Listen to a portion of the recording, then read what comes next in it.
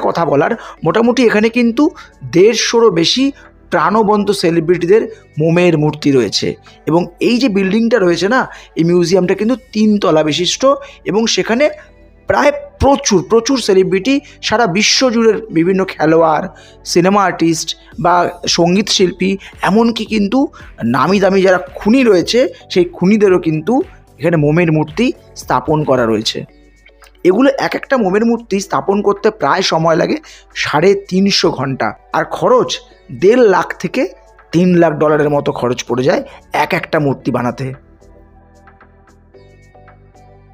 আপনারা নিশ্চয়ই ভিডিও দেখতে পাচ্ছেন, আমাদের কিন্তু ভারতবর্ষেরও প্রচুর সেলিব্রিটির মোমের মূর্তি কিন্তু এখানে রয়েছে, বিদেশি সেলিব্রিটিদের সাথে সাথে। অমিতাভ বচ্চন এবং ঐশ্বর্যা রায়ের পর কিন্তু শাহরুখ খানই হলেন তৃতীয় বলিউড সেলিব্রিটি যার মোমের মূর্তি এই মাদাম তুসোতে কিন্তু রয়েছে। 2007 সালে এই মূর্তিটি উন্মোচিত হয়েছে।